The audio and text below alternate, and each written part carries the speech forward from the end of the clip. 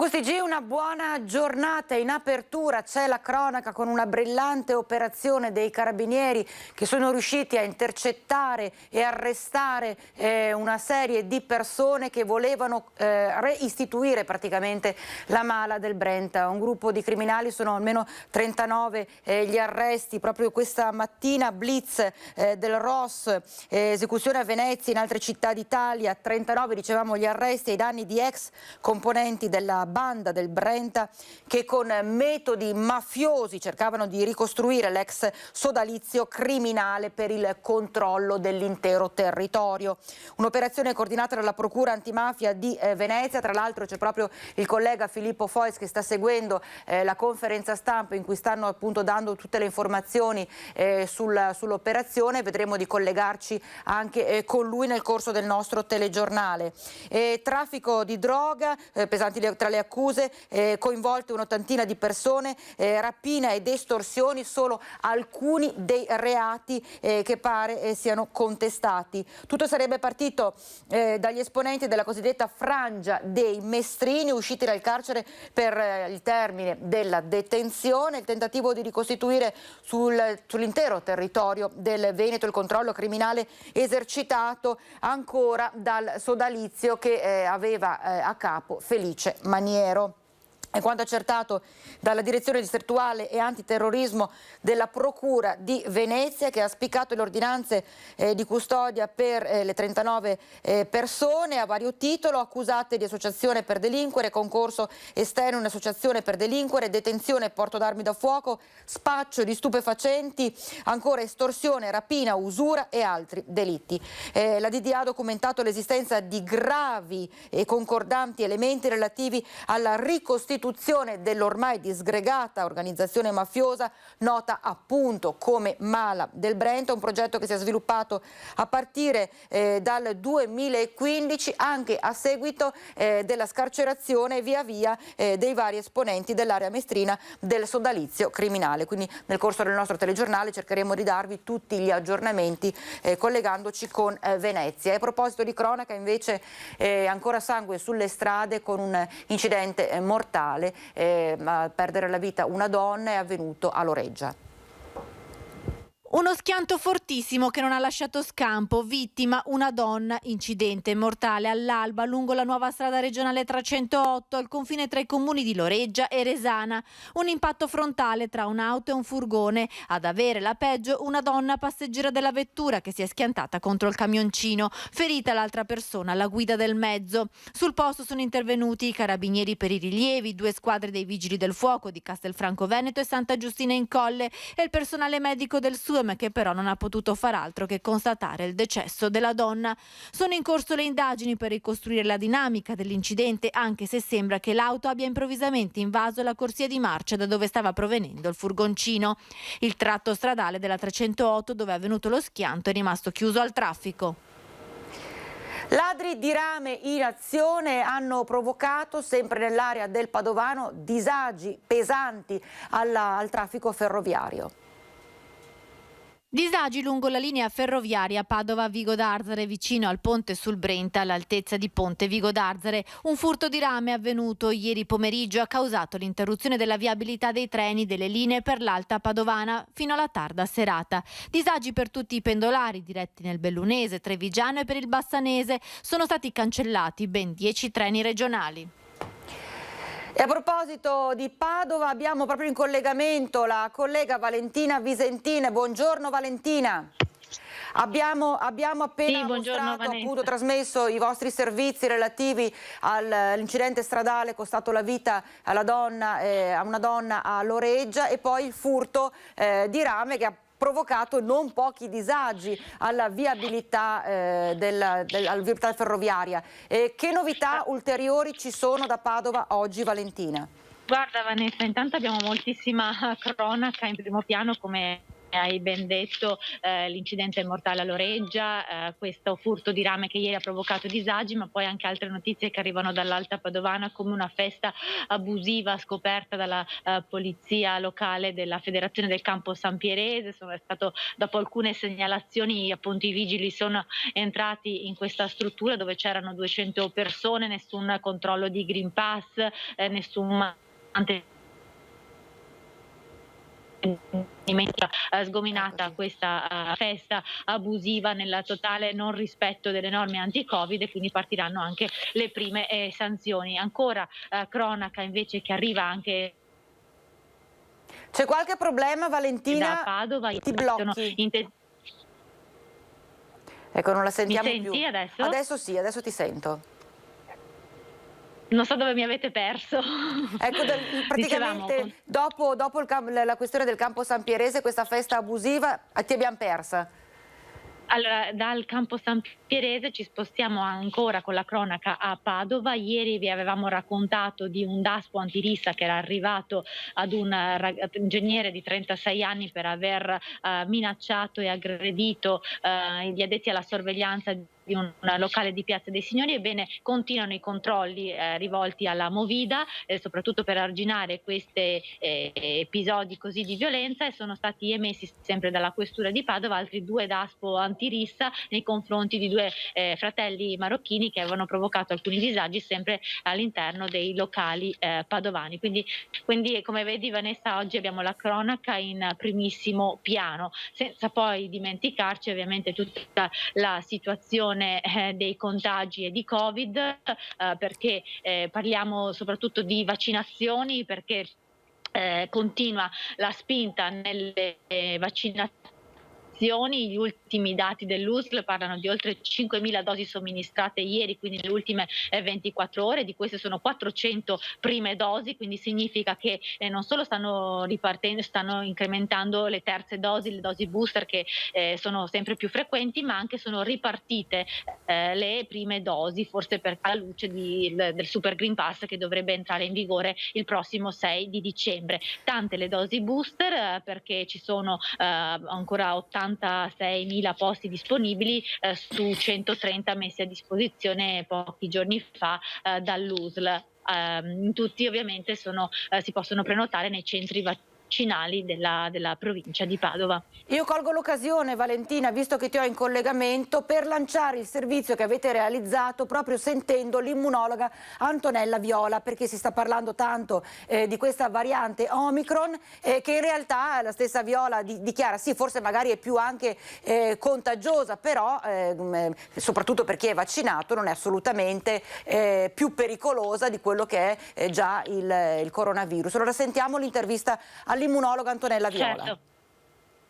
Questa variante effettivamente ci preoccupa, è stata identificata in Sudafrica a novembre, in poche settimane ha rimpiazzato la variante Delta, che già è molto contagiosa di suo, quindi sembrerebbe essere effettivamente più trasmissibile, però non andiamo nel panico, perché non sappiamo prima di tutto che tipo di patologia causa, perché non sappiamo se causa una malattia più severa, uguale a quella di prima, o magari anche meno severa, questo potrebbe anche accadere. E poi non sappiamo sui vaccini, cioè se i vaccini proteggono o no. Io non mi aspetto una perdita totale di efficacia da parte dei vaccini, eventualmente potrà esserci una riduzione dell'efficacia, motivo per cui dobbiamo vaccinarci. Obiettivo mettere in sicurezza in termini globali, sottolinea l'immunologa Antonella Viola, guardando alle responsabilità politiche, altrimenti il rischio che si generino nuove e pericolose varianti è dietro l'angolo. Io non credo che avremo nuove chiusure, perché i vaccini che abbiamo funzionano. Il problema è politico in questo momento, cioè la gestione della campagna di vaccinazione, nel senso che noi dobbiamo gestire bene i vaccini che abbiamo, dobbiamo procedere con una sospensione dei brevetti per fare in modo che ci siano dosi sufficienti per vaccinare anche i paesi poveri. Se la politica sarà all'altezza della scienza, perché la scienza ha fatto veramente tantissimo, ora la politica che deve essere all'altezza, con decisioni coraggiose. Benedice le scelte su Green Pass e Super Green Pass. Il nostro paese si è comportato molto bene, la scelta di usare il Green Pass prima e il Super Green Pass adesso sicuramente è una scelta giusta e condivisibile. Dobbiamo andare verso la vaccinazione di tutti. Ecco Valentina, si è focalizzata ovviamente l'attenzione anche sul Green Pass e Super Green Pass, la situazione a Padova com'è? Sì, infatti si attende soprattutto di sapere da parte della prefettura poi quali misure verranno messe in campo proprio per controllare questo Super Green Pass, di avere maggiore chiarezza su quello che accadrà per i trasporti, quindi che tipo di Green Pass sarà necessario per prendere l'autobus o il tram, dove avverranno i controlli, quindi la prefettura dovrebbe organizzare nelle prossime ore un COSP proprio per mettere in campo tutta una serie, un dispositivo che riguarda i controlli dedicati al Super Green Pass, anche alla luce insomma dei contagi che, come abbiamo visto, a Padova continuano ad essere numerosi. Questo appunto saranno decisivi i prossimi giorni, anche perché comunque manca ormai davvero poco al 6 di dicembre, e tra le altre cose con le parole poi di ieri del governatore Zaia, che ha parlato insomma di un Veneto con un concreto rischio imminente di zona gialla, quindi vedremo quali poi saranno le disposizioni e che, insomma, che portata avranno i controlli che ci saranno messi in campo in città. Certo, Se vuoi, bene. prima di lasciarci, possiamo anche parlare un'ultima cosa. Al volo, perché dobbiamo fare una breve pausa, sì. Quindi se riesci al volo in 20 secondi. Ti lancio solo, magari poi puoi lanciare, perché si è parlato ieri a Padova del nuovo piano di interventi, di come verrà ridisegnata e ripensata la città, piano di interventi che una volta veniva chiamato piano regolatore, quindi come cambierà il volto di Padova. A pensare questo nuovo piano regolatore è l'architetto Stefano Boeri, che ieri è stato proprio in città per illustrare il suo piano di interventi a Padova, che mira proprio a una valorizzazione di tutti i quartieri. Per noi c'è stata la collega Luisa Bertini, per cui se poi dopo volete parlare anche e approfondire questa cosa, c'è già il suo servizio pronto per rimanere ancora a Padova. Bene, grazie allora a Valentina Visentino, buon lavoro, buona continuazione Valentina. Noi ci fermiamo per una breve pausa.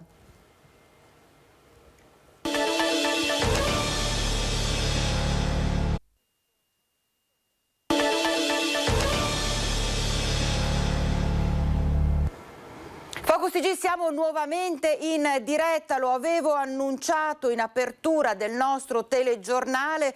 Abbiamo in collegamento da Venezia Filippo Fois, che ha seguito la conferenza stampa che si è svolta in procura in merito all'arresto delle 39 persone che avevano l'intenzione di ricostituire quella che era conosciuta come Mala del Brenta. Filippo, raccontaci un po' allora. Sì, buongiorno Vanessa e buongiorno ai nostri telespettatori. In effetti l'intenzione era quella, e dobbiamo anche dire che in parte c'erano riusciti se non fossero intervenute le forze dell'ordine. D'altro canto, se mi consentite, la professionalità non mancava, nel senso che molte delle persone coinvolte erano ex affiliati della Mala del Brenta, in alcuni casi usciti di prigione da pochi anni. Come detto, l'operazione è stata vastissima, ha impegnato circa 400 uomini dei carabinieri, il cuore naturalmente è stato Venezia e Mestre, ma operazioni si sono svolte in diverse province del Veneto e anche a Brescia in Lombardia. La banda si occupava di spaccio, estorsioni, rapine, aveva anche ripreso in mano alcuni business del turismo all'isola del Trocchetto, come si usava una volta negli anni '80 per quello che riguarda la mafia del Brenta. Tra l'altro un particolare inedito però in questa nuova organizzazione era la componente femminile. Per la prima volta c'erano diverse donne, circa una decina, detto il procuratore Bruno Cherchi. Sono state sequestrate anche numerose armi, alcune anche di grosso calibro, una Kalashnikov, per cui diciamo che si trattava di una banda organizzatissima che si era di fatto già riformata ed era pronta a radicarsi nel territorio. Ascolta Filippo, tra l'altro sono diversissimi i reati che vengono contestati a queste persone. Sì, infatti, perché come dicevo si va dall'estorsione alle rapine anche allo spaccio di stupefacenti. Anche lì sono stati sequestrati diversi quantitativi, per cui diciamo che era un'organizzazione che si poneva in maniera tentacolare su vari fronti. Ecco, per quanto riguarda il discorso legato proprio a Felice Baniero, invece, attualmente in carcere? Ma diciamo che anche in procura si è parlato, almeno è stata rivolta la domanda al procuratore, se tra gli obiettivi della banda ci fosse anche quello di vendicarsi su Felice Maniero, e come sapete aveva portato all'arresto di numerosi componenti dell'organizzazione.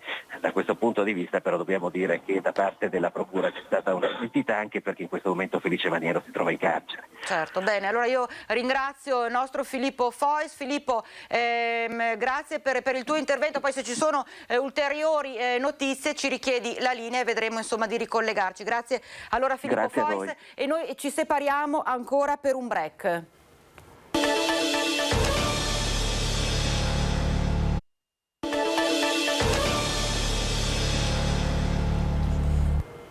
Siamo nuovamente in diretta a Focus TG, quasi tutto pronto per il collegamento dalla sede regionale, state vedendo, della Protezione Civile con il governatore Luca Zaia. Tra pochissimi minuti dovrebbe parlare, dovrebbe fare un po' il punto della situazione, soprattutto in merito alla questione pandemia, dopo le dichiarazioni che ha rilasciato giusto ieri in Consiglio regionale, in cui ha ammesso la possibilità, la forte possibilità che nei prossimi giorni anche il Veneto passi in zona gialla. Quindi insomma sentiremo poi che novità ci sono, tra pochi minuti andremo ad ascoltarle assieme. Intanto noi parliamo di un argomento di cui si è discusso ampiamente anche proprio ieri, ovvero quello legato ai trasporti. Tra Super Green Pass si cerca di capire assieme alla stessa ministra Lamorgese. Sentiamo. Green Pass rafforzato e controlli. Ad una settimana dall'entrata in vigore del provvedimento per contenere i contagi, il tema è stato al centro dell'incontro tra il ministro Lamorgese ed i coordinatori dei prefetti delle regioni italiane. Per il Veneto il prefetto di Venezia Vittorio Zappalorto. Dalla titolare del Viminale l'annuncio che le forze di polizia continueranno a dare il massimo e ad agire con responsabilità ma anche con la necessaria fermezza, effettuando controlli più serrati sulla certificazione verde, con una particolare attenzione alle aree, alle fasce orarie di maggior afflusso di persone. Ai prefetti è stato raccomandato di coinvolgere tutti i soggetti interessati, intensificando il confronto con le associazioni di categoria degli esercenti per sensibilizzare ristoratori e baristi sulla verifica del Green Pass. Per quanto riguarda il trasporto pubblico locale, probabilmente l'aspetto più problematico dell'intero provvedimento, è stata programmata una nuova riunione con i prefetti dei capoluoghi di regione per la valutazione dei piani messi a punto nell'ambito dei comitati provinciali per l'ordine e la sicurezza. A Treviso il vertice si terrà domattina. Verrà discusso con l'azienda di trasporto locale il dispositivo da adottare per i controlli, che presumibilmente saranno a campione sui passeggeri dei bus. E intanto siamo appunto in attesa del governatore Zaia, perché tutto allestito. Vediamo, attendiamo assieme appunto l'arrivo del governatore Zaia, vediamo tra l'altro con chi sarà presente nella sede regionale della protezione civile. Ci sono novità per quanto concerne l'aeroporto Catullo. Più che altro le notizie non sono decisamente positive, perché la Camera di Commercio di Verona, la provincia autonoma di Trento e la provincia di Verona, il comune veronese, assieme, che appunto sono i 4 soci della società attualmente in liquidazione, Save SpA, hanno reso noto che visto il percorso che è stato intrapreso, anche i numerosi blocchi che ci sono stati per quanto concerne gli aeroporti, i voli causa pandemia, non verranno rinnovati i patti parasociali che sono in scadenza a Catullo, alla società di gestione degli aeroporti di Verona e Brescia. Si parla di una moria congiunta di soci. Viene confermata la condivisione e la continuità degli obiettivi e dei piani di sviluppo relativi agli aeroporti di Verona e Brescia, che hanno saputo esprimere, nonostante tutto, dicono, grande capacità di resilienza nelle difficoltà che hanno riscontrato durante tutto il periodo della pandemia, il periodo più critico della pandemia, quando sappiamo benissimo che la maggior parte dei voli era completamente bloccata. A seguito dell'aumento di capitale sottoscritto da tutti i soci, sono stati avviati i principali lavori di ampliamento che hanno una valenza strategica per lo sviluppo degli aeroporti e le loro funzioni di riferimento sia per quanto riguarda il comparto economico che per quanto riguarda la parte occupazionale dei territori serviti. A fronte di questi importanti risultati, la gestione procede sulla base delle regole di governance che sono contenute nello statuto della stessa società, che assicurano stabilità nel tempo. Il traffico dell'aeroporto Catullo è in graduale recupero, questo tra l'altro è un dato che viene riscontrato sia all'interno dell'aeroporto del Veronese, ma anche l'aeroporto del Trevigiano, il Canova di Treviso, ha riscontrato importanti numeri, così come a Venezia, importanti numeri subito dopo il, chiamiamolo, via libera che è stato dato per quanto concerne appunto i voli nel periodo immediatamente successivo alla pandemia, alle varie restrizioni.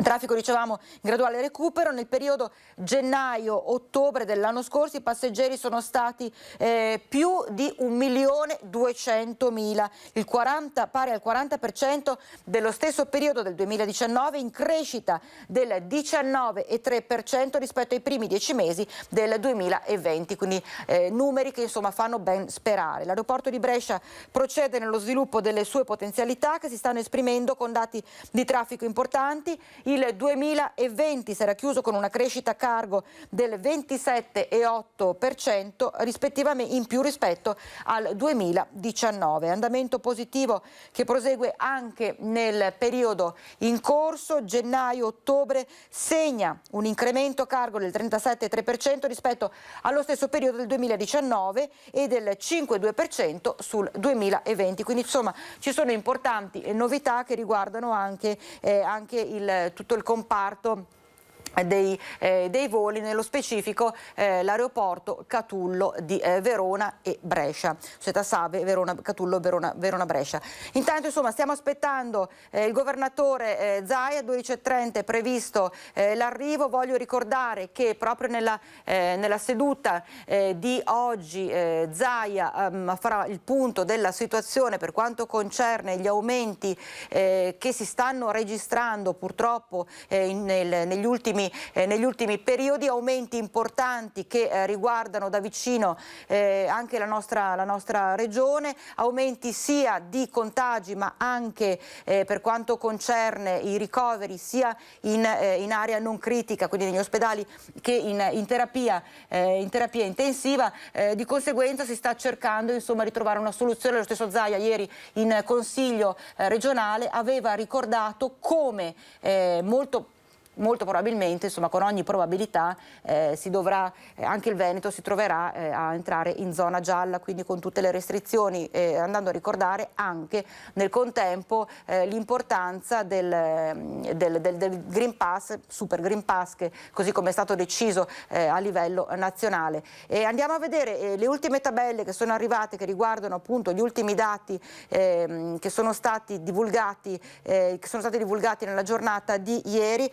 Con questi solo ieri 1265, poi vedremo che variazioni ci sono state nelle ultime 24 ore, sarà proprio il governatore Zaia che ci darà i numeri. 1265 nuovi casi positivi ieri, un tampone cumulativo pari a 514.796 casi positivi.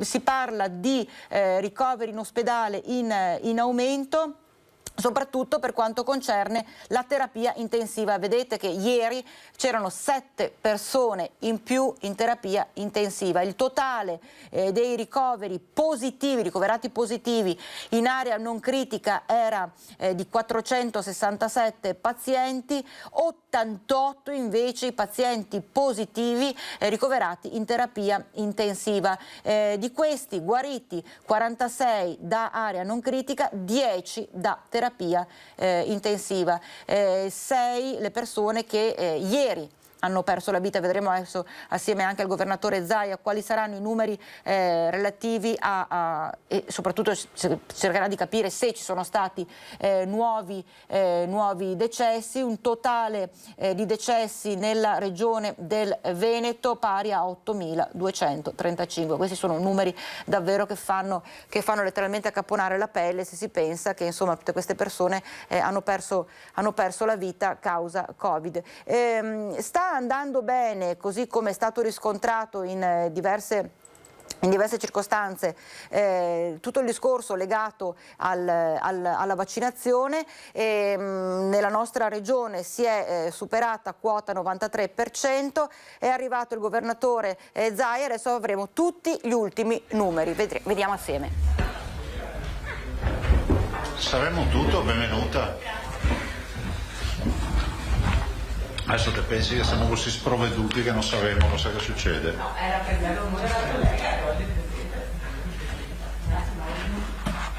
Bene, buongiorno a tutti innanzitutto. Avrei preferito non incontrarli, ma non perché siete antipatici, perché comunque sapete che queste conferenze stampa hanno sempre un significato, per cui la decisione che abbiamo preso oggi assieme all'assessore Lanzarin è quello magari di intensificare un po' di più questi incontri, anche perché i cittadini oggettivamente hanno quesiti, perplessità, hanno necessità di avere le informazioni. Siccome il Veneto si è sempre caratterizzato per essere una realtà che ha sempre informato i suoi cittadini, poi nella libertà di scelta, perché poi le informazioni poi ognuno se le valida, le elabora e ne trae le proprie considerazioni. E allora oggi, oltre all'assessore, c'è qui anche la dottoressa Russo, che vi darà poi io lo chiamerei un resumé rispetto a quello che è il Super Green Pass e cosa accadrà dal 6 di dicembre fino al 15 di gennaio. Dall'altro le scuole, perché comunque noi che siamo stati gli apripista del no DAD e del non mandare in quarantena una classe con un contagiato, la dottoressa Russo poi vi dirà in base al circolare del ministro cosa accadrà, quale sarà l'applicazione e quali saranno le eventuali ricadute. Infine Omicron come variante, per capire quali potrebbero essere le evoluzioni e ovviamente gli atteggiamenti e le buone pratiche da osservare. Come di consuetudine inizierei con il bollettino. Il bollettino ci dice oggi che abbiamo nelle ultime 24 ore,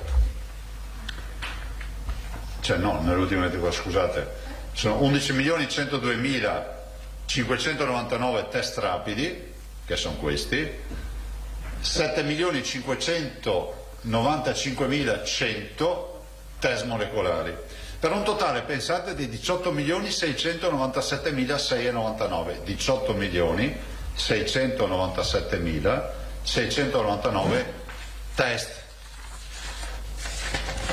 C'è una roba poderosa. Positivi nelle ultime 24 ore 2.362.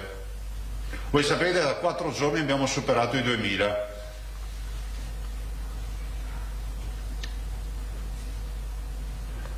C'è da dire a onor del vero che questi 2.362 sono stati intercettati con un lavoro ovviamente ciclopico di 138.491 tamponi. Cioè, per darvi una dimensione, l'anno scorso, il 30 di novembre, facevamo 52.000 tamponi. Sì, il parallelo dell'anno scorso. Considerate che fra l'altro era un lunedì, perché il 30 novembre dell'anno scorso era un lunedì. 138.491 tamponi, 2.362 positivi, infatti l'incidenza, essendo tanti tamponi, 1,70. Diciamo che non abbiamo la percentuale di positivi, chiamiamola incidenza, sui tamponi, è comunque ancora contenuta. Considerate che l'anno scorso in questo momento avevamo il 7% di positivi sui tamponi fatti. Ovvio è che voi capite che quando cominci a avere 2.362 positivi parte una macchina che è una macchina poderosa del contact tracing, delle telefonate, delle performance, di tutto quello che facciamo, ma dopo ne parleremo di questo. Numero dei positivi dall'inizio dell'infezione, dal 21 febbraio 2020. Pensate, abbiamo passato i 500.000, 517.158. Un popolo, direi una provincia, che ufficialmente si può dichiarare positiva, l'equivalente di una media provincia, insomma, no? Ovviamente oltre a questi ci sono gli asintomatici o coloro che addirittura non hanno neanche voluto farsi il tampone, se ne sono stati a casa ad attendere la remissione dei sintomi e della malattia, che noi non sappiamo quanti siano, sicuramente molti di più di 517.000. Positivi ad oggi 30.849. Cosa vuol dire? Vuol dire che la punta più bassa, lo dicevo anche ieri in Consiglio regionale se non sbaglio, che abbiamo toccato è stato 8.006. Quindi 8, 16, 24, 32, 4 volte tanto in un mese e mezzo. Questi sono i positivi isolati a casa, cioè i quarantenati. Non so se si dice così, vabbè, ma... Sì. Quarantenati, adesso finisco la crozza. Sì, ho capito, ma si può dire quarantenati? Sì, isolati, in isolamento fiduciario. Però sento che spesso si usa anche questo termine, no? Che hanno subito la quarantena, come si traduce? L'isolamento è per chi è positivo e la quarantena per il contatto del positivo. Ah sì, in quel senso, sì sì, comunque sono tutti isolati. Ricoverati totali 658, occhio qui il numero, più 47.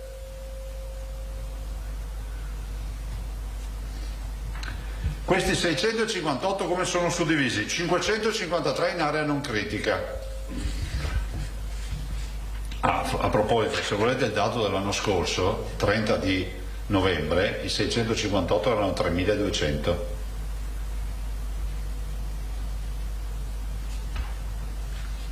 Allora, dei 658, 553 in area non critica, più 40, quindi ci sono persone che entrano, poi vedremo anche di qualificarle queste persone, dal punto di vista, come si può dire, di capire, caratterizzare il tipo di ricoveri. 105 in terapia intensiva, l'anno scorso avevamo 300 persone in terapia intensiva, più 7. Terapia intensiva non Covid, questo è un dato doloroso, 3,18. Perché è doloroso? Perché mediamente noi ne abbiamo 3,50. Vedete che questo è il primo segnale della riduzione dell'attività ospedaliera. Questo forse è il segnale peggiore di questo bollettino. Anzi, è il peggiore, con tutto il rispetto del fatto che abbiamo 10 morti oggi, e scusatemi, dopo i decessi, questo è il peggiore. Cioè significa che l'attività ospedaliera comincia a subire, anche se in maniera leggera, la pressione del paziente Covid. Totale, attenzione, non perché non ci siano le terapie intensive, capiamoci, perché dopo qua ci sono sempre i premi Nobel che sanno tutto. Perché dietro ai pazienti Covid non c'è un team normale di cura, c'è uno sforzo sanitario pauroso, quindi quando tu cominci ad averne 100 in terapia intensiva è un altro mondo, non è che stai portando avanti una terapia intensiva per una persona magari che ha avuto una protesi all'anca, gli fai fare un giorno o due di terapia intensiva o magari un ictus o altro, stiamo parlando di pazienti che vanno seguiti in maniera assolutamente intensa e impegnativa. Totale dei decessi 11.963 più 10.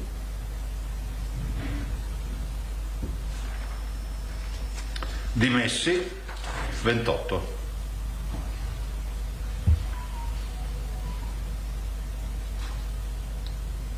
(24.189).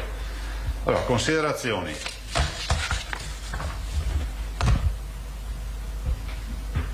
Intanto noi siamo davanti a una congiuntura astrale che sembra quasi una tempesta perfetta. Perché? Perché lo sforzo sanitario al quale abbiamo sottoposto, fisico, mentale e di stress, la nostra macchina sanitaria del Veneto, sto parlando dei quasi 12.000 medici, dei 3.000 medici di base, i pediatri di libera scelta, il mondo delle USCA, tutti i nostri dipendenti, gli infermieri, gli OS, gli amministrativi, insomma la sanità, che sono 54.000 persone, a loro oggi è chiesto uno sforzo, e ovviamente tutto il mondo del volontariato che ci sta dando una mano, è uno sforzo che se l'avessimo dovuto pianificare con una legge avrebbe significato il crash totale. Quindi c'è una resilienza della sanità che io voglio sottolineare, e voglio anche ringraziare ufficialmente tutti coloro che purtroppo dopo 21 mesi sono ancora sul pezzo.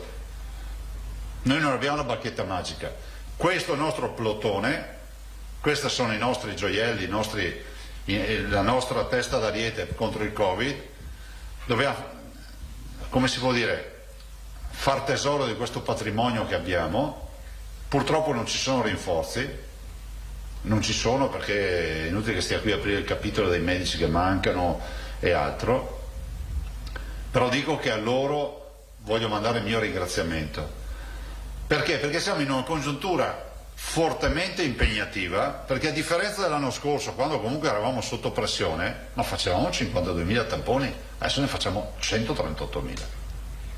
Perché a differenza dell'anno scorso ci occupavamo solo dei tamponi, del contact tracing, cioè di chiamare a casa coloro che erano positivi e avevano avuto contatti. Oggi oltre a questo dobbiamo anche fare un'altra cosa, i vaccini.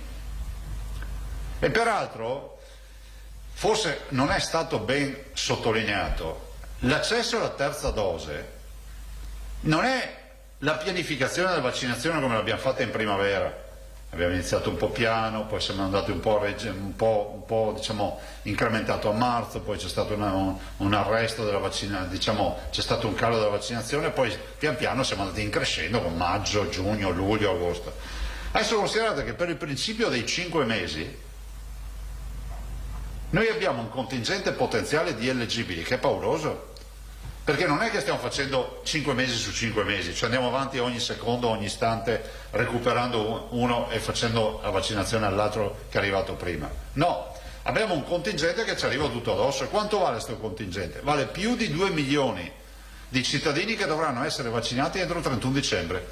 Cioè, dette in soldoni vuol dire che noi in un mese, in via teorica, dovremmo vaccinare 2 milioni di persone, cosa pressoché impossibile, a meno che tutti non facciamo in modo di far squadra, perché se noi riuscissimo ad esempio a fare 50.000 vaccinazioni al giorno e ci siamo riusciti a maggio, giugno, vorrebbe dire che sono 1,5 milioni di vaccinazioni in 30 giorni.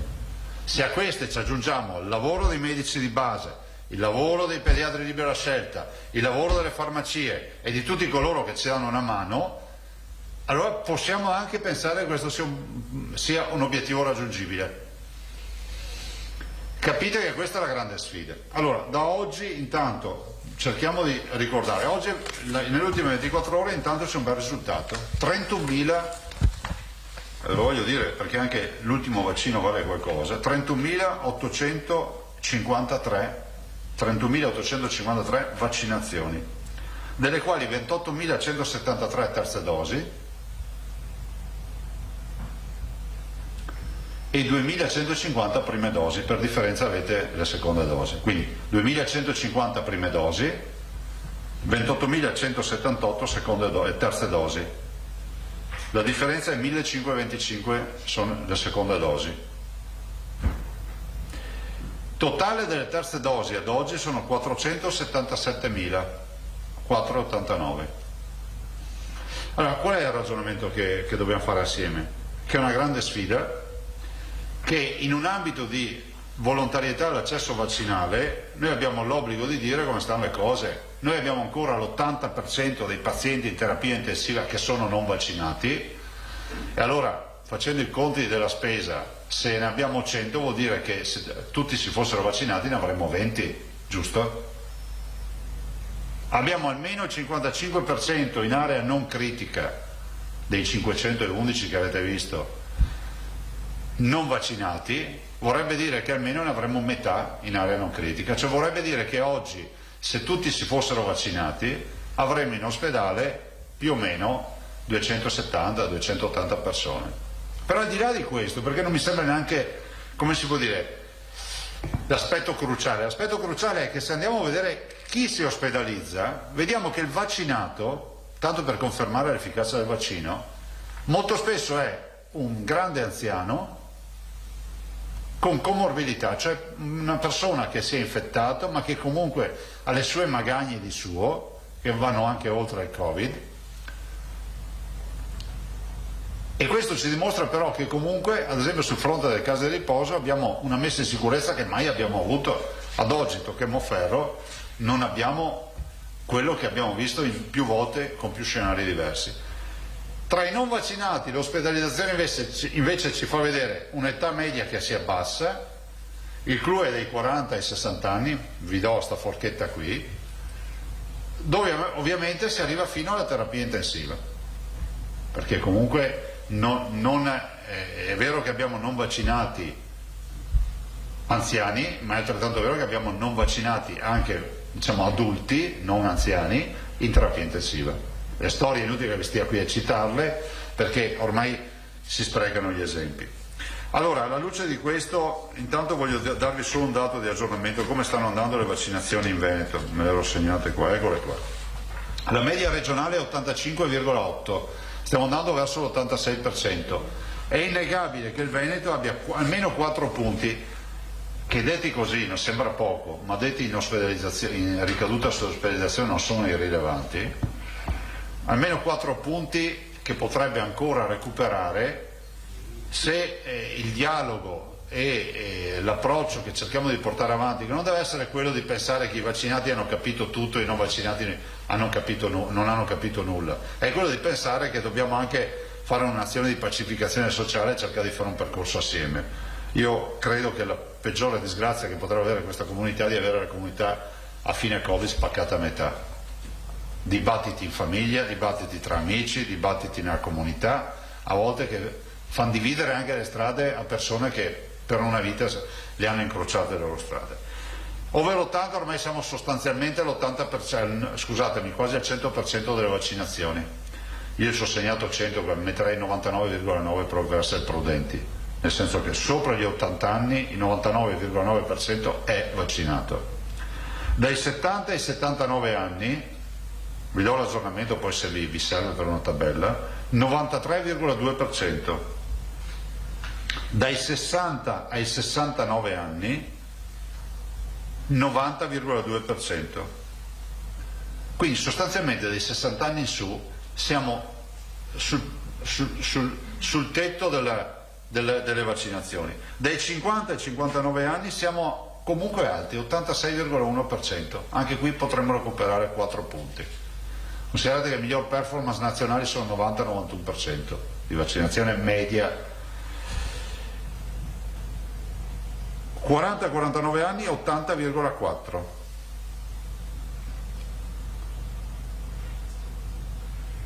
30-39 anni 80,3%.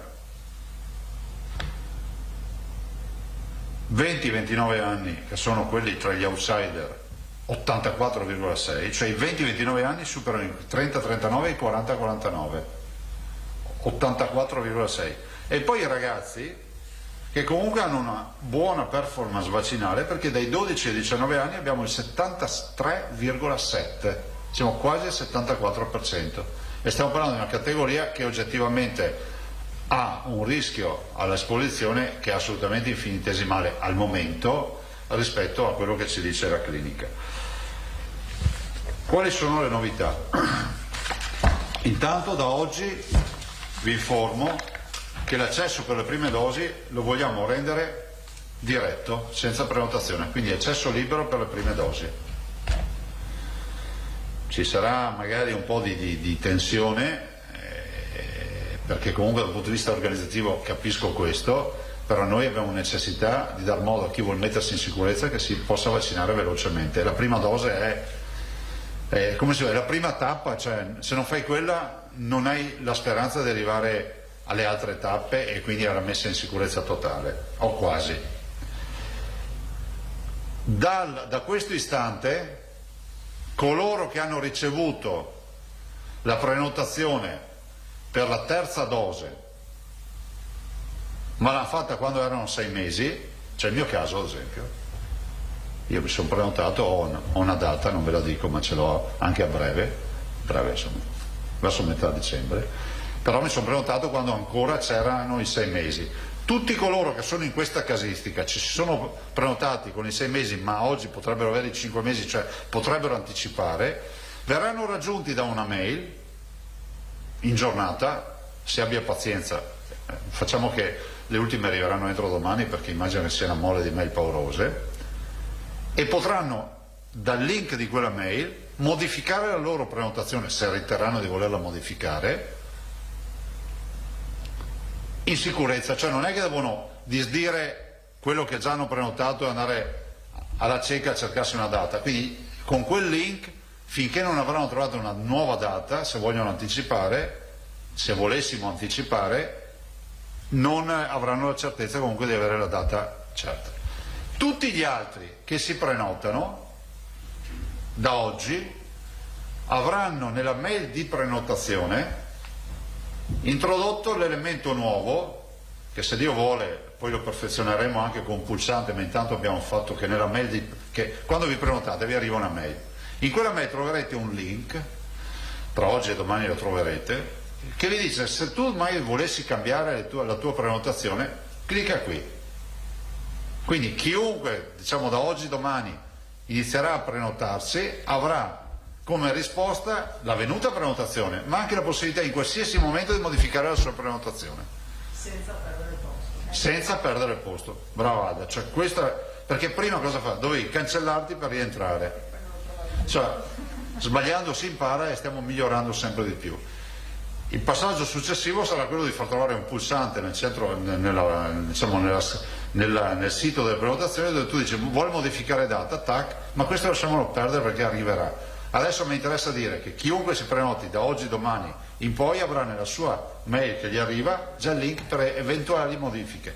Quelli che hanno fatto prima gli arriverà una mail per modificare. L'appello che facciamo è assolutamente quello di valutare la vaccinazione. Noi incontriamo anche domani mattina, avremo un incontro con i direttori generali, abbiamo la preoccupazione, diciamo, di non ritrovarsi in difficoltà con gli ospedali. Non nego il fatto che l'assessore, poi magari facciamo dire due parole all'assessore su questo, sta lavorando con il tavolo regionale, abbiamo fatto una riunione anche l'altro giorno, rispetto a purtroppo una graduale riduzione delle prestazioni, e questa è la cosa che più ci ferisce e che più dovrebbe far riflettere quelli che dicono che il Covid non esiste. Esiste, appunto, tale che dà effetti anche a chi non è ammalato di Covid, se ci pensate, fa danni diretti e indiretti. Voglio ricordarvi che la vicenda dell'anno scorso, sicuramente con altri numeri, ci ha portato a 3.400 persone ricoverate, delle quali almeno 500 in terapia intensiva, ci ha prodotto 500.000 prestazioni non evase, cioè 500.000 persone che non hanno potuto fare uno screening oncologico, un intervento chirurgico in elezione per protesi all'anca, alle ginocchia, cataratte, valvole cardiache o altro, tutto quello che è ritenuto, fra virgolette, non di massima urgenza.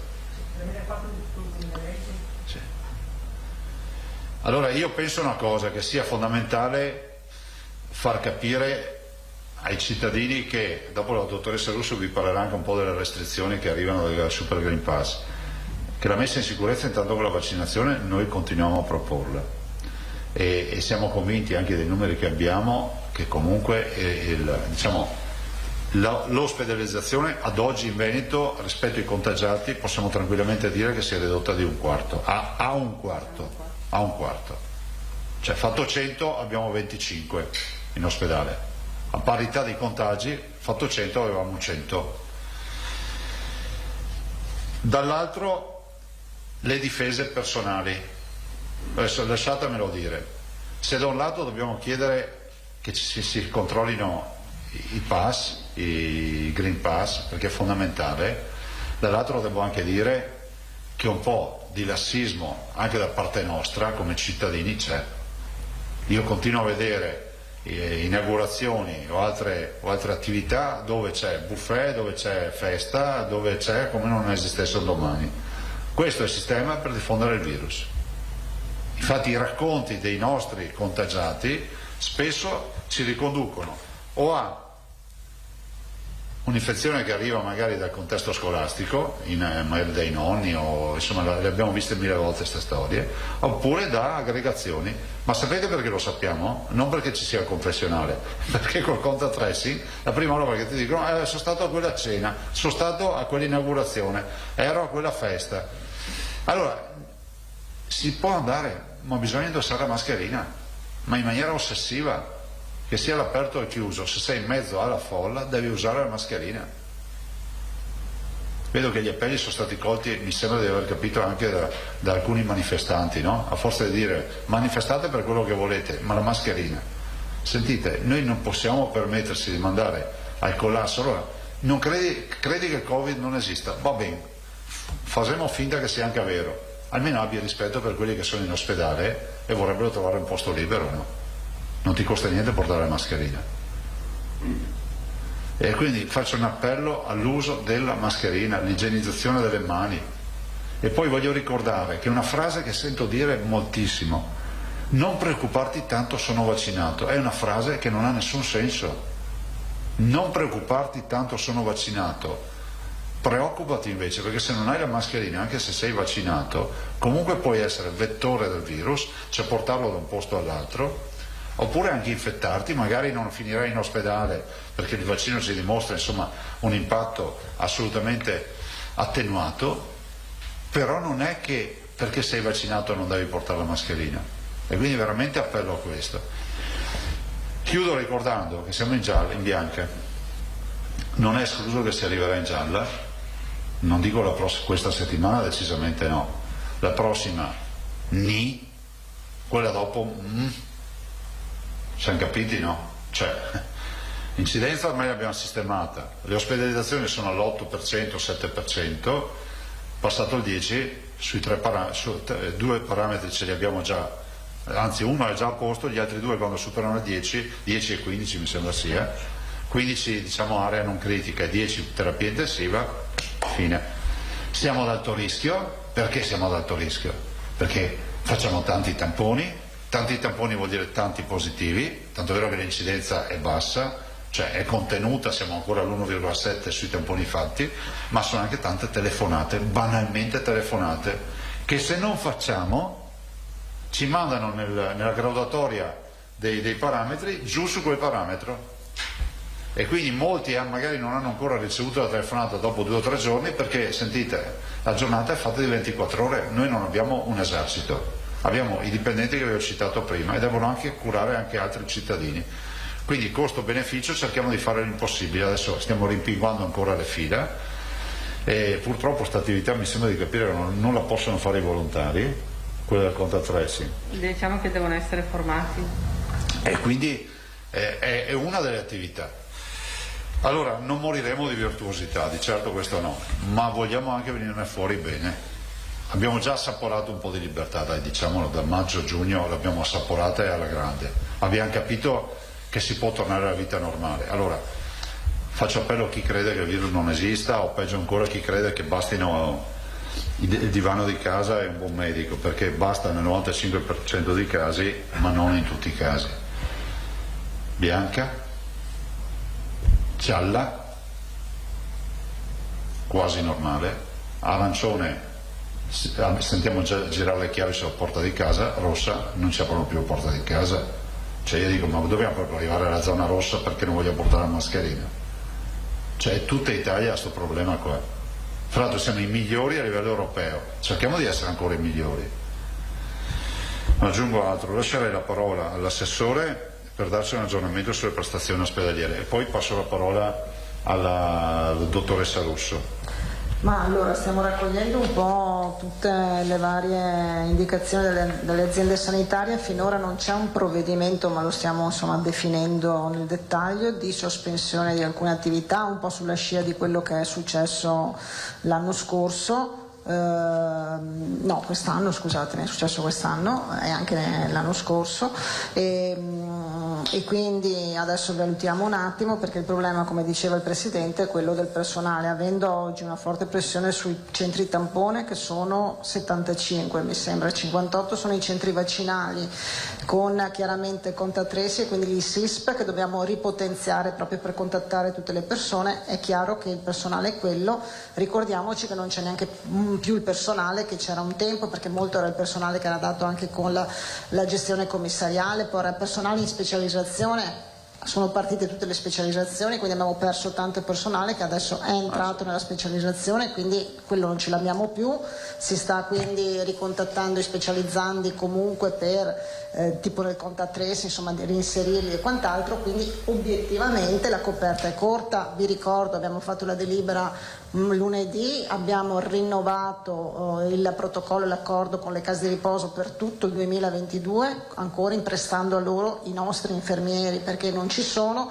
Quindi se noi mettiamo insieme tutte queste cose, voi capite che a un certo punto noi abbiamo l'obbligo di correre con la vaccinazione, fare i tamponi, fare il contact tracing, quindi qualcosa deve anche saltare, quindi ci sarà una rimodulazione dettata da queste esigenze. Grazie. Per le domande poi lascio alla dottoressa Russo. Tra l'altro lasciatemi anche ringraziare e fare i miei complimenti per la bella operazione che ha portato avanti il dottor Kerchi con la procura e i ROS di questa notte, perché ho visto i risultati di un'operazione assolutamente di livello investigativo alto e soprattutto a tutela della legalità in Veneto, quindi volevo sottolineare questo aspetto. Prego, che peraltro ho avuto modo già di commentare questa mattina, ma ci tenevo a ricordare. Colleghi che vogliono intervenire, Martina Zambon.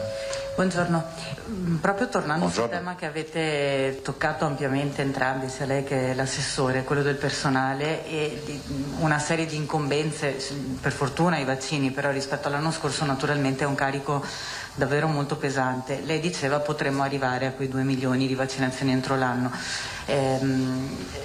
Avete fatto i conti che riusciamo a farlo? Con i numeri di oggi no. Però c'è da dire, intanto domani, ieri sera parlavo, anzi ero in consiglio quando mi ha chiamato con il generale Figliuolo, con il quale ho un ottimo rapporto, e domani ci sarà una sorta di contest nazionale, definiamolo così, no? Di volontà di avere, di puntare a un benchmark di 400.000 dosi a livello nazionale. A noi è attribuito un target di 30.000 dosi che noi già facciamo, quindi vedete oggi abbiamo 31.000. Noi stiamo tentando di scalare pian piano perché c'è un diesel, no? È come una schiacciasassi la macchina della vaccinazione, no? Si mette in moto piano, però alla fine poi c'entra anche il masso gigante e esce sabbia. Adesso siamo già arrivati a 31.000 che è un bello obiettivo, il nostro target è sicuramente arrivare ai 40.000 e ai 50.000. Domani ci sarà già una prima sfida, che anche, come si può dire, serve anche è tonificante, no? Perché in tutta Italia si parte con i target, però arrivare a 2 milioni per fine anno è dura con questi numeri, è dura perché non abbiamo più la libertà che avevamo prima, no? Nel senso che siamo impegnati su tanti fronti e poi c'è una mole di richiesta di vaccino di aventi titolo, di eleggibili che prima non avevamo, e abbiamo i vaccini adesso però, quindi è uno scenario totalmente diverso. I vaccini ne abbiamo, specifichiamo che chi viene a vaccinarsi avrà Moderna o Pfizer. Lo diciamo perché qualcuno continua a chiedere ma che vaccino mi facevo? Moderna o Pfizer? E ne abbiamo. Quindi diciamo che si punta almeno a 40.000? Sì, l'obiettivo è quello di farne 40.000 al giorno. Ovviamente io ieri sera ho detto 51-52.000. Cioè vuol dire, tanto per darvi una dimensione, vuol dire che la ULSS a 51.000, ho visto le proiezioni ieri sera, una ULSS come quella di Treviso, mi ricordo il dato, deve farne 9.000 al giorno. Che sono un bel comunotto al giorno da vaccinare. Tra l'altro esprimo la mia solidarietà ai sanitari di Mestre per quello che è accaduto ieri. Cioè, alla fine l'unico risultato è che tensione, perdita di tempo e non rispetto delle persone, perché non si fa così. Grazie Martina, ci sono colleghi. Alda Vanzan. Buongiorno Presidente. Il microfono che fischia. No, perché va spento. No, è lui. Buongiorno Presidente, buongiorno Assessore, dottoressa Russo. Ritornando sui vaccini, voi avete, i centri vaccinali hanno un po' ridotto l'attività, prima che arrivasse questa ondata di chi vuole fare la terza dose e poi si verificano le code, le proteste perché la gente mi passa davanti, cioè quello che lei dice, le prime dosi ad accesso libero creerà ovviamente delle proteste perché ti arrivano questi che non hanno prenotato. In ogni caso noi abbiamo scritto oggi dei medici di medicina generale che hanno fatto pochissimo sulle terze dosi, sui booster. Non ho ancora visto i dati. Ecco, loro sostengono che effettivamente non sono neanche ancora partiti, ma sono pronti a fare la loro parte, soprattutto andando a casa, a domicilio, con i pazienti fragili. Lamentano una difficoltà di avere i dati da parte di Azienda Zero, di averne parlato con l'assessore Lanzarin e col dottor Flor. Ci sono problemi tecnici, informatici su questo, oppure è un problema di privacy? Non lo so. No, allora c'erano stati dei problemi tecnici, nel senso che loro non riuscivano a vedere se il loro assistito era prenotato, vaccinato, eccetera, però poi mi risulta insomma questi problemi sono stati risolti, insomma, oppure comunque loro man mano che segnalano se c'è qualche USL, perché può essere che qualche USL abbia qualche problema, insomma tenete conto che il sistema ogni tanto va in tilt, ma anche tipo le farmacie ci segnalano, ma sono anche i server nazionali che a un certo punto con una mole di dati, di operazioni di questo tipo è normale. Noi avevamo fatto già l'incontro con loro, concordato anche da un punto di vista remunerativo, sia per l'antinfluenzale che per la terza dose. Ricordiamo che ricevono per entrambi insomma quello che è previsto, quindi da un punto di vista appunto nazionale di accordi, sia per la vaccinazione antinfluenzale che per la terza dose, che possono fare contemporaneamente, però sappiamo che molti non la fanno o comunque consigliano in maniera diversa il proprio assistito. I problemi legati al portale o informatici, man mano che ci vengono segnalati cerchiamo di risolverli. Sì, so che si stanno organizzando per il domicilio, perché sappiamo che molti ultraottantenni e ultrasettantenni sono a domicilio, quindi insomma questo sicuramente sarà molto importante e ci aiuterà. Però scusi Assessore, non sarebbe più semplice un anziano, anziché mettersi in coda magari una giornata di pioggia al centro vaccinale, se si organizzasse col medico di base e così, come dicevate voi, facendo squadra tra farmacie e medici di medicina generale, non dico i 2 milioni, però si potrebbe incrementare? Sì, diciamo una cosa, diciamo che ci sono medici che ste robe le fanno. Cioè, a me non risulta... A me risulta che ci siano dei medici che hanno la lista dei loro pazienti allettati, fragili a casa, che puntualmente vanno a vaccinare. Per cui, guardate, io penso una cosa, che dobbiamo fare un lavoro, lavorare assieme, in serenità. Se stiamo qui a vedere tutti i giorni il problema informatico, il problema di altro e roba che non funziona, noi non saremmo neanche mai partiti con le vaccinazioni. Vi ricordo che siamo partiti scrivendo le lettere a casa. Dopodiché abbiamo visto che le lettere, alcuni ricevevano le lettere e non ci rispondevano neanche, ve lo ricordate? Abbiamo perso gente per strada, abbiamo rivoluzionato il sistema, ma noi siamo sempre andati avanti. Io dico, se vogliamo fare una roba in squadra, intanto nel frattempo, se hai il problema del computer, penso che i tuoi pazienti più cronici, più problematici li conosci, no? Perché sono quelli che tu... Cioè, io ho una vita che non vado dal medico, mi immagino che il mio medico i suoi 50-100 pazienti, diciamo, problematici ce li ha forse anche tutte le settimane sott'occhio e i medici fanno un lavoro unico, eccezionale. Un'iniezione fatta e un'iniezione in meno per i centri vaccinali, per capirci. E invece sui dati che ha fornito prima Presidente, gli over 80 che arrivano al 100,1%. Sì, cioè... c'è un dato anomalo. Anzi, prego. Allora, su questo voglio dire che è legato a un problema che c'è per tutte le regioni. Ci sono regioni che hanno anche il 110%. Questo perché il denominatore è praticamente non aggiornato con la mortalità a livello nazionale dell'anagrafe vaccinale nazionale, per cui a un certo punto praticamente sembra che addirittura siano superiori al 100%, però questo si verifica praticamente quando le coperture, come diceva il Presidente prima, raggiungono il 98-99%, quindi è quello il target che noi consideriamo, quindi è un'anomalia insomma che sta ad indicare che siamo vicini al 100%, ecco. L'ultimissima domanda alla dottoressa, all'assessore Lanzarin, quindi ogni ULSS, ogni ospedale si arrangia per la riduzione delle prestazioni ospedaliere? Nel senso che no, stanno facendo la ricognizione per capire come è messo ogni USL e poi usciremo con un'indicazione uniforme su tutto il territorio. No, cioè nel senso stiamo facendo la ricognizione, finora ogni USL ha cercato di contrarre qualcosa, poco, però usciremo con un'indicazione, con una circolare, come è giusto che sia, uniforme su tutto il territorio.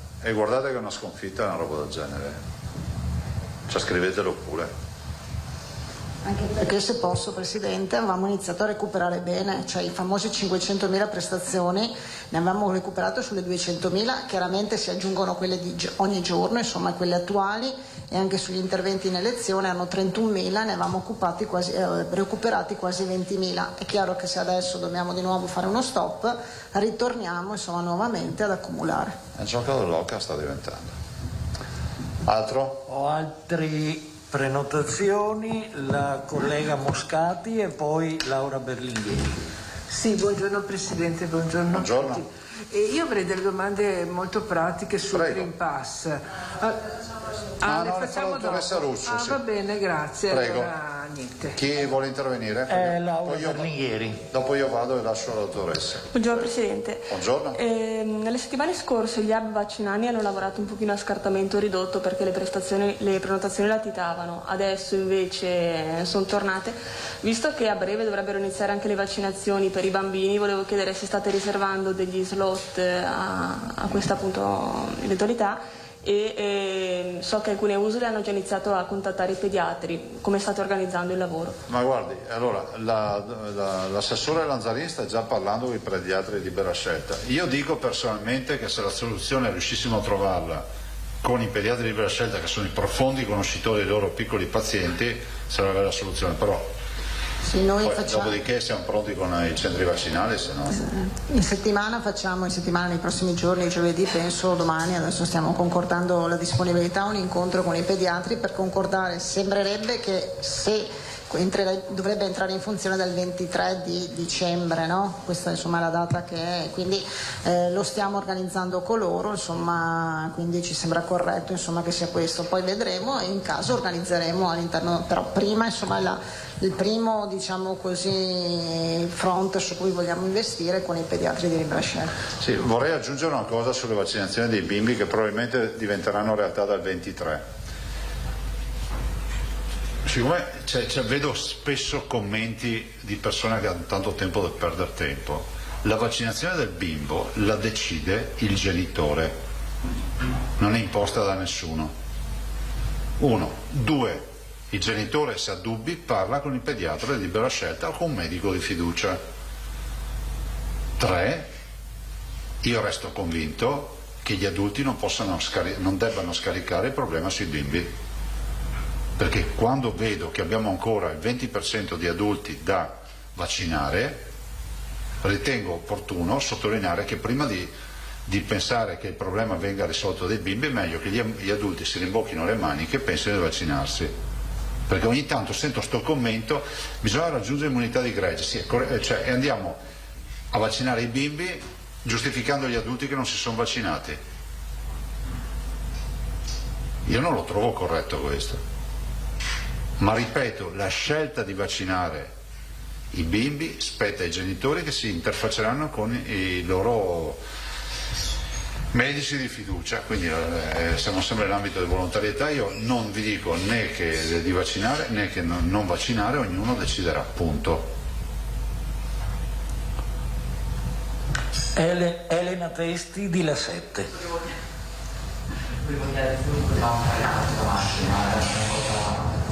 Ma le vuoi fare qui adesso? No, bene, ok.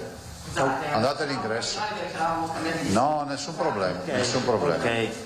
Se raggiungete l'uscita, non vi sto buttando fuori, nel senso che dopo vi aspetto. Siamo alla fine. Ci sono altre domande per il Presidente? Altre domande, ragazzi? Vi lascio... Possiamo cambiare argomento? Se è veloce. O si arrabbia? Lei ha fatto questo ragionamento sull'autonomia, che è un altro tema su cui sta lavorando, e non mi pare che la voglia mollare. con questa ipotesi di solidarietà, mi viene da dire, in prospettiva rispetto alle regioni eventualmente. Una visione, Ne ha già parlato ad esempio col ministro Gelmini? Ma sì, ma ne ho parlato, ne abbiamo parlato, è una delle ipotesi di lavoro, dopodiché non so se prende luce, non so se sta in piedi dal punto di vista giuridico, però potrebbe essere comunque dal punto di vista di ratio una norma, potrebbe diventare una norma fiscale assolutamente innovativa, no? La premialità da condividere con chi non ha, che è una forma di solidarietà ma anche di sussidiarietà, visto considerato che si potrebbe addirittura pensare che quelle risorse potrebbero essere dedicate ad esempio alla sanità di quelle regioni sfortunate, al lavoro giovanile, all'impiego giovanile delle regioni del sud, piuttosto che altre attività, ma veramente nell'ottica veramente da totale trasparenza. Basta? Sì, se non ha da riferirci appunto incontri governativi sul tema, no, guardate, abboccamenti. Siamo a livello di riscaldamento a bordo campo, però c'è già l'arbitro in campo e quindi immaginiamo che la partita inizi velocemente. Grazie. E lo dice uno che non segue il calcio, sia chiaro. Ho evitato di parlare di cavalli. Dove vado? Prego solo il microfono dato come si prepariamo. Bravo. Se non ci sono altre domande per il Presidente. No, va tranquillo, non c'è nessun problema. No, sono solo in diretta, ma tranquillo. Perfetto. E avete altro, ragazzi? Bene, grazie veramente. E se riusciamo a comunicare questa storia degli accessi diretti e delle modifiche di prenotazione. Grazie, buon lavoro. Parola alla dottoressa Russo. Sì. Grazie, buongiorno a tutti. Allora, intanto per quanto riguarda la scuola, ci sembrava corretto, visto che insomma, abbiamo seguito via via quello che era l'adattamento dei vari protocolli che abbiamo spiegato più volte insomma, in questa sede. Allora, adesso come abbiamo visto l'incidenza è aumentata, i casi sono aumentati, stanno crescendo anche nella fascia dei ragazzi che frequentano, dei bambini e dei ragazzi che frequentano la scuola, e questo succede da noi, succede in tutte le regioni. A seguito di un incontro che c'è stato con il Ministero della Salute, ieri è arrivata una circolare condivisa tra il Ministero dell'Istruzione e il Ministero della Salute, per cui si sospende temporaneamente il protocollo che abbiamo provato ad applicare insomma, fino a quando i casi non sono aumentati così rapidamente. Perché, se vi ricordate, era previsto che a seguito di un caso si faceva un tampone intorno alle 24 ore rispetto alla segnalazione, dopodiché c'era un altro tampone al tempo, quindi AT0 e AT5 dopo 5 giorni, e intanto si rimaneva in classe. Questo anche in presenza di 2 casi. Abbiamo visto che con l'aumentare del numero dei casi nessuno riesce quasi ad applicare questo protocollo. Per cui questo protocollo viene sospeso, che si traduce nel fatto che se c'è un caso in una classe, indipendentemente che si tratti di una scuola primaria di secondo grado o scuola secondaria di secondo grado, praticamente tutto il resto della classe va in quarantena. Questo apparentemente sembra una penalizzazione, in effetti non lo è, perché come si può dire si applica a quella che è la situazione epidemiologica, quindi un tentativo di contenimento della diffusione del virus, e nel contempo diciamo che il resto delle classi eccetera praticamente continuano ad andare, quindi si riduce la possibilità di diffusione ad altre classi. Quindi in questo momento noi sospendiamo. Abbiamo informato di questo ieri stesso, quando c'è stato comunicato dal Ministero, anche l'ufficio scolastico regionale, pertanto diciamo che non risulta essere appunto una pausa nella applicazione con questa finalità, perché l'incidenza da oggi, abbiamo già mandato la nota stamattina, quindi il circolare è arrivata ieri sera da parte del Ministero e stamattina l'abbiamo inoltrata ai colleghi delle aziende ULSS e anche all'ufficio scolastico regionale. L'incidenza appunto nei giovani era molto alta, quindi superiore a quella che abbiamo sulla popolazione generale, quindi questo giustifica questo tipo insomma di provvedimento. Come? I numeri? Allora, i numeri vi posso dire che l'abbiamo un po' suddivisa, sì, l'abbiamo suddivisa per scuola. Quella più alta l'abbiamo avuto nella scuola primaria, sugli ultimi dati, che è di 444,1 su 100.000. Mentre quella sulla popolazione generale, dall'ultima rilevazione che abbiamo fatto giovedì scorso, adesso la faremo l'altra giovedì mattina, è 226 su 100.000. Sì, quasi il doppio. Invece diminuisce via via nella scuola secondaria di primo grado è 321,8, in quella di secondo grado 259,9, quindi uguale più o meno a quella della popolazione generale. Ecco, queste erano le 3 fasce su cui si applicava il protocollo, che quindi rimanevano in classe. Questo per quanto riguarda praticamente la scuola. Poi per quanto riguarda invece il tema di questi giorni, la variante Omicron. Allora, di questa variante avete seguito in questo ultimo fine settimana, si è cominciato ad aver notizia. Il paziente, il caso indice, il caso che è stato isolato, di cui è stata isolata la sequenza all'ospedale Sacco, di questa persona rientrata dal Sudafrica della regione Campania. Sono stati individuati e messi in quarantena anche i contatti e ieri pomeriggio abbiamo fatto un altro incontro con il Ministero. Allora, praticamente non sappiamo molto su questa variante in termini di gravità legata al contrarre un virus che presenta queste caratteristiche.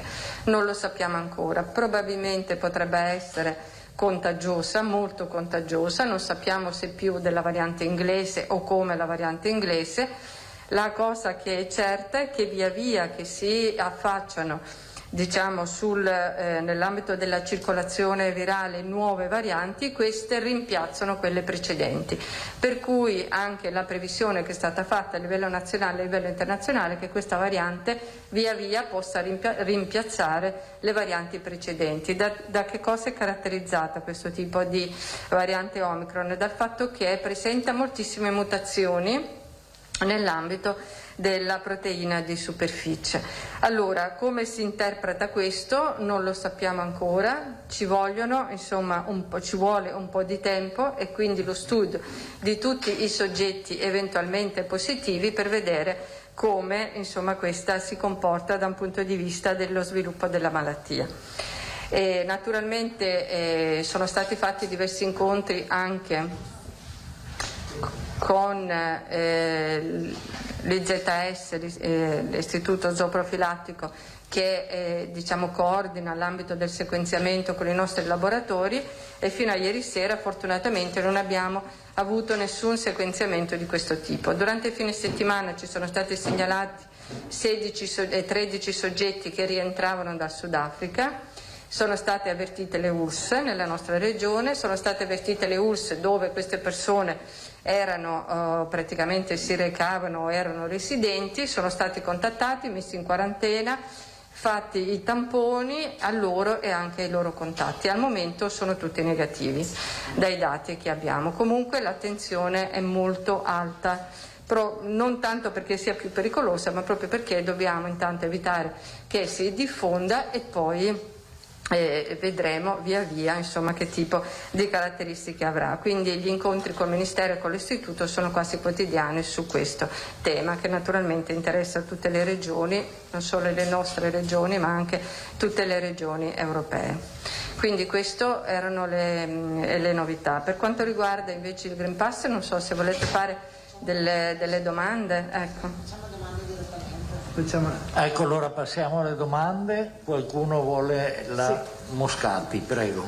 Dite, allora io iniziavo un attimo con la scuola. Quando lei parla di quarantena, quanti giorni significa DAD per la classe? Significa DAD per la classe, si applica, insomma, grazie per questa domanda, si applica quello che è previsto comunque dalla circolare ministeriale che prevede l'11 agosto, che prevede un diverso periodo di quarantena per i vaccinati e non vaccinati. Questo vale naturalmente anche per la scuola, che sono 7 giorni per i vaccinati e 10 giorni per i non vaccinati. 10 non vaccinati, ok. Benissimo. E invece passando al Green Pass, mi chiedono se, siccome le attività sportive erano divise se singole, cioè all'aperto in maniera singola, tipo, faccio un esempio, il golf piuttosto che il Nordic Walking, ecco, queste attività non avevano richiesto il Green Pass. Siccome nell'ultima normativa c'è scritto che invece è obbligatorio per tutte le attività sportive, volevo capire se c'era ancora questa distinzione o era superata. Questa era la prima. E l'altra, qualora un lavoratore lavori in un'attività ludica, chiamiamola così, quelle dove c'è obbligatorio il super Green Pass, tipo dentro un ristorante, un musicista che suona all'interno di un ristorante, è considerato lavoratore per cui può fare anche solo il tampone o deve avere il super, deve essere vaccinato? Allora, per quanto riguarda gli sport, era previsto il Green Pass limitatamente al chiuso, come ha detto giustamente lei. Adesso praticamente il nuovo decreto legge dice che il Green Pass è necessario anche per la frequentazione, anche per gli altri sport, per gli spogliatoi e per le docce. Quindi anche per gli sport che si svolgono all'aperto, che però utilizzano questo tipo di servizi. Adesso stiamo aspettando anche il testo che, a parte questo decreto legge, integra tutti quelli precedenti e quindi un testo concordato, perché qui riporta nel DL 172 le modifiche ai vari decreti legge che erano anche selettivi, cioè quelli per il mondo dello sport, così come anche per tutti gli altri. E quindi a questo punto abbiamo dei pezzi che devono essere composti.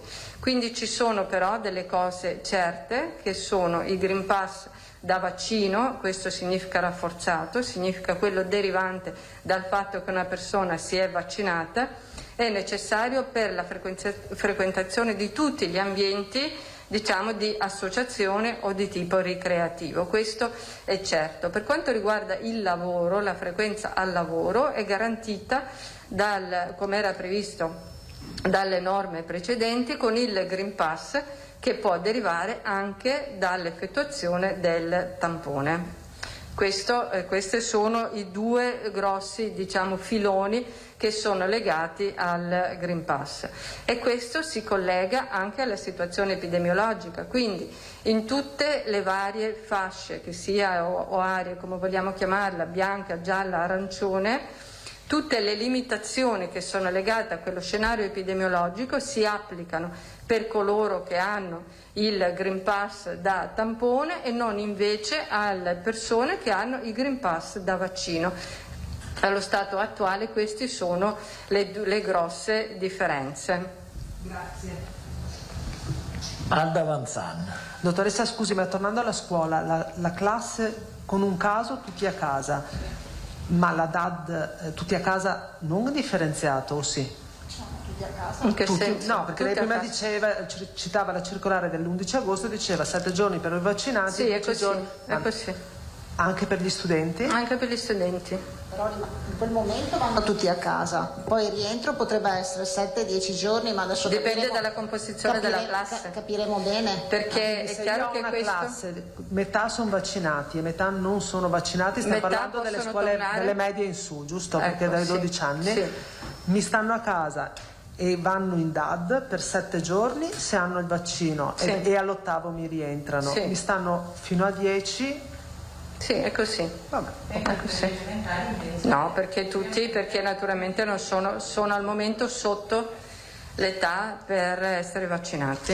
Ecco, mentre quando è che, dottoressa, vi daranno questo testo integrato che mette ordine? E questo, insomma, io spero al più presto, perché è stato pubblicato il 26. Speriamo, sì, già domani noi abbiamo una commissione salute in cui saranno anche evidenziati un po' di punti in modo da capire bene anche rispetto insomma, a alcune questioni che adesso abbiamo visto che scatta la differenza a volte tra il Green Pass cartaceo e poi quello invece con il barcode, che anche se a volte scatta di nuovo il verde, anche se sarebbe già insomma tutte cose che abbiamo segnalato e che domani insomma affronteremo e che poi anche puntualmente eventualmente con FAC, come abbiamo sempre fatto, poniamo al governo.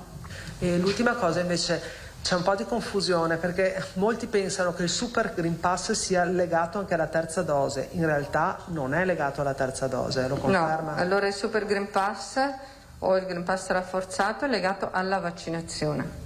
Per quanto riguarda la terza dose, questa è obbligatoria invece per coloro che erano nella categoria del DL44, quindi gli operatori sanitari esercenti le professioni sanitarie.